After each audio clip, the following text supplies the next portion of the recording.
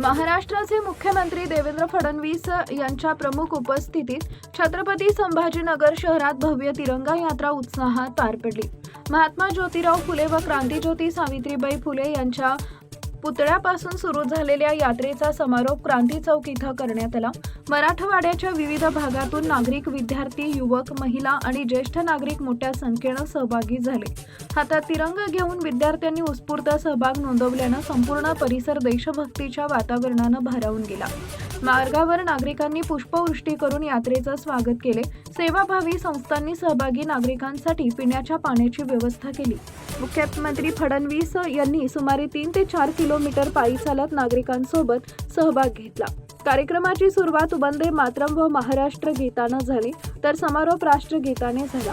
भारत माता की जय आणि वंदे मातरमच्या घोषणांनी परिसर दुमदुमून गेला। टाइम्स ऑफ महाराष्ट्रसाठी छत्रपती संभाजीनगर प्रतिनिधी पांडुरंग गायकवाड यांचा रिपोर्ट।